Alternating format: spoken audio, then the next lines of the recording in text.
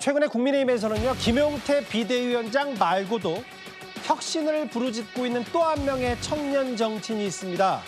김재섭 의원이 오늘 아침 라디오 방송에서 이런 말을 했습니다. 국민들께서 아주 나쁘게 바라보셨고 반성해야 되고 당무감사 필요하면 당연히 해야죠. 근데 단일화 실패에 가장 큰 책임이 있는 김문수 후보도 같이 당무감사 하셔라. 후보 교체 과정이 왜 일어났냐 이걸 좀 거슬러 올라가 보면 제가 즉시 찾아뵙고 신속하고 공정한 단일화를 성사시킬 것입니다. 모든 의원들을 대상으로 그런 얘기를 하셨고 무엇보다도 이제 국민과 당원들께 그 약속을 했던 거잖아요. 당연히 그 당무감사 안에는 김문수 후보의 후보 단일화 실패에 대한 책임도 규명해야 된다고 생각합니다. 근데 사실 이제 김재섭 의원의 여러 오늘 목소리를 들어봤지만 이 얘기를 하기 전에 오늘 김재섭 의원 얘기 중에 원래 제일 하고 싶었던 얘기는 앞으로 나올 이 얘기 같아요, 유현정 의원님. 네. 뭐 제가 듣기에는 김용태 비대위원장보다 더 세게 얘기한 것 같은데 친윤은 어마어마한 부채고 이미 국민의힘 본인 당은 자본 잠식 상태라는 얘기까지 했습니다. 네, 그게 어제 오늘 발표된 여론조사 결과가 그걸 아마 상징적으로 보여주고 있습니다. 뭐 다 준비된지 모르겠지만 일단 여론조사 결과를 보면 정말 아니요, 준비가 안 돼가지고요. 네, 됐습니다. 저희가 대체적으로 얘기를 했을 때 여론조사 자체가 국민의힘에게 좋지 못하다라는 취지로 얘기하고 저희가 아마 다음 주 월요일에 이현정 의원 또 나오시니까 그때 좀 더 짚어보기로 하죠. 말씀하십시오. 어쨌거나 놀라운 결과들이 나오고 있습니다. 예. 바로 이게 지금 국민의힘이 가지고 있는 현상이라고 봅니다. 지금 김재섭 의원이 이야기했던 자산 부채 이 발언도 지금 보면 전부 다 지금 마이너스가 돼버린 그런 상황입니다. 그만큼 심각성과 위기를 느껴야 되는데 결국은 지금 뭐 통합하자, 지금 왜 내부 총질이냐 이런 이야기를 하기 이전에 이런 상태를 만들어 왔고 이끌어 왔던 주체 세력들이 자기들이 얼마나 반성하고 있고 하느냐. 사실은요, 국민의힘은 제가 오랫동안 쭉 이 계열의 정당을 쭉 취재를 해봤지만 항상 어떤 문제가 생겼을 때 꼭 책임을 졌어요. 예전에 아마 아시겠지만 이 차떼기 문제가 있었을 때 그때 당사 팔았습니다. 그리고 천막 당사로 옮겼어요. 자, 그러면서 국민들에게 뭔가 어떤 생활을 호소를 했습니다. 자, 이명박 대통령 굉장히 지지율을 낮고 이랬을 때 모든 어떤 공천권을 박근혜 당시의 대표한테 다 넘겼습니다. 자, 그런 방식을 통해서 어쨌든 간에 이 보수 정당의 대표인 국민의힘은 나름대로 국민들에게 책임을 지는 모습들을 보여왔어요.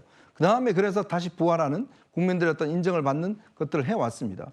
근데 정말 저는 이해할 수 없는 게 소위 친윤이라고 하는 분들은 책임이라는 단어를 잘 모르시는 것 같아요. 자, 지난 12.3 개헌부터 시작해 지금까지 매번 전망한 게 다 틀렸습니다. 뭐 기각된다고 이야기를 했죠. 그다음에 뭐 12.3 개헌 아니 뭐 계엄령은 합법적이다라고 이야기를 했죠.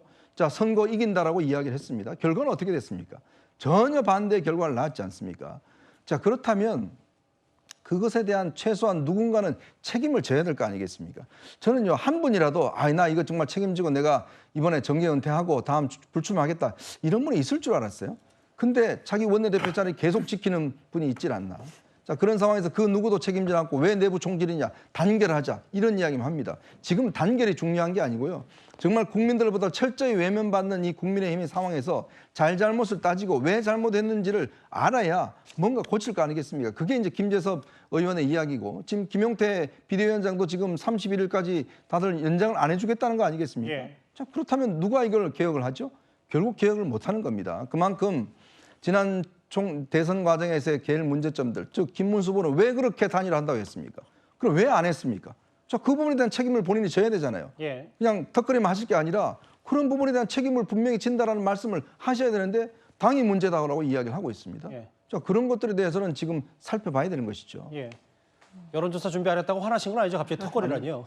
뭐 턱걸이 할 수도 있고 일상으로 돌아갈 수 있는데 다만 원내대표가 그만두긴 했지만 뭔가 친윤들이 책임을 지지 않는다. 장현주 변호사님. 아예 김재섭 의원은 지금 국민의힘은 아예 지금 어마어마한 빚이 있어서 자본이 잠식당한 상태고 이거 다 도려내고 되짚어 보려면 김문수 대선 후보도 단일화 과정에서 이게 후보 강제 교체 파동에 문제가 있으면 이것도 당무감사 대상 아니냐라고 했는데 김재현 전 최고위원은 피해자다라고 얘기를 하고 있어요. 일단 법적인 부분을 다퉈본다라고 한다면 국민의힘에서 당연히 후보 교체를 시도했던 그 과정 자체는 분명히 들여다볼 문제가 있다라고 생각합니다. 그렇지만 일단 김재석 의원의 이야기도 저는 한편으로 수긍이 되는데요. 근데 정치적인 부분에서 봤을 때는 당시 김문수 후보가 그 경선 과정에서 분명히 한덕수 전 총리와의 어떤 단일화를 좀 예견하는 듯한 또는 이제 의미하는 듯한 이야기를 많이 했던 것 분명해 보였고요. 예. 그렇기 때문에 당시에 한동훈 전 대표가 경선 과정에서 좀 더 불리했던 것 아니겠느냐 이런 예측들도 나오고 있습니다. 그렇다고 한다면 당연히 저는 국민의힘 내부에서는 김문수 전 후보에게도 정치적으로 책임 있는 것 아니겠느냐. 그러니까 당무감사 함께 받아라 이런 이야기 나올 수 있다라고 생각이 들거든요.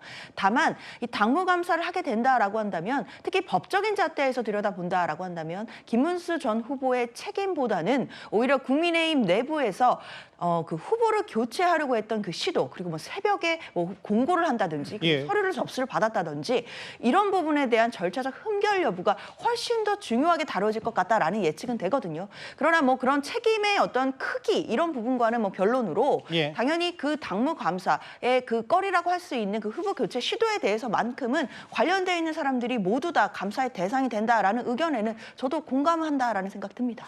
그 권성동 원내대표가 어제 퇴임 기자회견에서 분열하지 말자.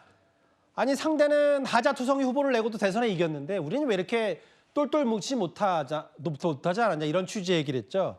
그런데 김용태 비대위원장은 본인 개혁안뿐만 아니라 재차 당원들에게 여러 가지를 물어보자 이 얘기를 주장하고 있습니다.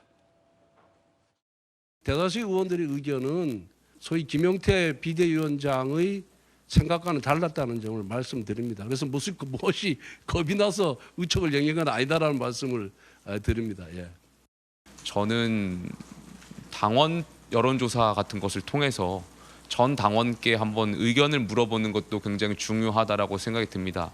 저희가 지난 후보 교체 과정에 그 잘못을 제대로 바로 잡아주셨던 것들도 당원분들이셨습니다. 제 개혁안이 당원분들의 의사에 맞지 않다면 저도 당장 철회할 생각이 있습니다. 저희 당이 이번에 대선에 패배했습니다. 패배했으면 오답노트를 제대로 작성해야 된다고 생각됩니다. 그 오답노트를 작성하는 과정이 그렇게 기쁘거나 마냥 즐거울 수만은 없다라고 생각합니다. 당연히 뼈를 깎는 고통으로 내가 왜 틀렸지? 내가 왜 잘못했던 것인지 이런 데에서 다양한 의견들이 있을 수 있고 그 과정에서 당연히 갈등이 있을 수 있다라고 생각합니다. 우리 스스로가 잘못에 대한 원인과 사유를 제대로 분석하지 못하는데 어떻게 이재명 정부의 대여 투쟁을 높일 수 있겠습니까? 의원들 생각은 김용태 비대위원장과 다르다. 아니다. 이거 뭐 본인이 당원 투표 붙여가지고 당원 여론조사 붙여서 아니면 우리가 철회하면 되지 않냐. 김기용 대변인 생각은 어떠세요? 아무래도 이번 대선 결과에 대해서 많은 사람들이 다 책임론을 제기하고 있는데요. 예. 이 책임론에서 자유로울 수 있는 사람 많지 않다고 봅니다. 다만 저는 이제 지금의 의원들이 영남, 아무래도 TK 쪽의 의원들이 많다 보니까 예. 그분들이 얘기하면 도로 뭐 영남 자민련 되는 거 아니냐 그런 비판이 있는데 예. 그쪽 분들을 입장에서는 그래도 그쪽이 결집해서 많은 수를 줬기 때문에 40% 넘는 어떤 지지를 받은 거 아니냐 그런 예. 어떤 반박도 나오는 것 같습니다. 근데 저도 당협위원장을 하고 있습니다. 예. 근데 의원분들 입장에서는 아무래도 자기가 어디에서 지역구가 어디 있느냐에 따라서 그 자기가 디디고 있는 현실 속에서 지금의 상황을 좀 분석하고 수밖에 없는 현실이 있는 것 같습니다. 예. 그래서 의원총회라는 어떤 집단 직성도 중요하지만 원외 사람들도 더하고 만약에 그게 더 부족하다면 예. 제가 볼 때는 전당원 관련해 가지고 어떤 사안에 대해서 물어보는 것도 저는 좋다고 봅니다. 왜냐하면 예. 국민의힘은 당원에 대해서 우리는 책임당원이라고 얘기를 하고 있고 예. 민주당은 권리당원이라고 얘기를 하고 있습니다. 근데 저번에 단일화 과정에서도 당원들을 대상으로 해서 저희가 여러 가지 중요한 어떤 의제에 대해서 안건에 대해서 질문을 했고 그거에 따라서 행동을 했습니다. 그렇다면 지금 의총에서 서로 간의 어떤 신뢰가 많이 무너진 상황이라면 다른 방식으로 전 당원을 대상으로 해서 중요한 문제에 대해서 질문을 하고 그거에 대한 어떤 가름마, 그 판단을 받아보는 것도 저는 좋은 어떤 방안이라고 봅니다. 일단 뭐 이런 정도의 얘기가 있는데 뭐 사실 다음 주 월요일에 국민의힘 원내대표 선출을 앞두고 있고 오늘 이재명 정부의 출범과 함께 여당의 원내대표가 교체됐고 원내대표가 새로 뽑혔습니다. 박성미 성환님. 오늘 3선에 김병기 의원이 민주당의 새로운 원내사령탑이 됐는데 최근에 여러 의혹에 대해서 본인이 설명한 것도 있고요. 김병기 의원이 민주당의 의원들의 낙점을 받았다. 어떤 의미로 저희가 받아들이면 될까요? 일단은 정보통이라는 특성이 있죠. 이제 국정원에서 근무하신 이력이 있는데 이 굉장히 기민하게 좀 빠릿빠릿하게 이제 의정 활동을 잘 해오셨다. 그리고 지난 총선 과정에서도 이재명 당시 대표와 어떤 합을 맞춰서 일을 잘 했다라고 평가를 받은 게 아닌가라는 생각이 들고요. 예. 또 이번 원내대표 선거의 변수는 의원들의 마음도 있었지만 권리당원들의 표심 20%도 작용을 했습니다.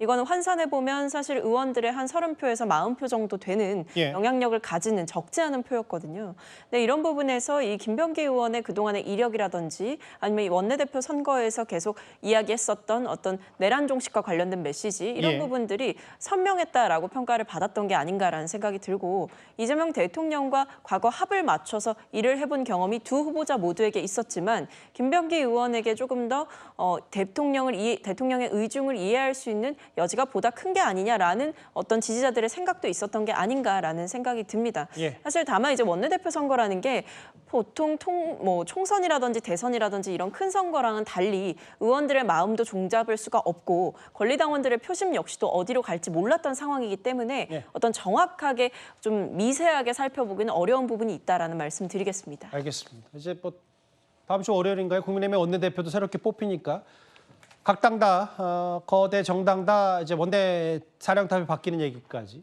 아마 다음 주 월요일에 좀 더 공히 짚어봐야 될 것 같습니다.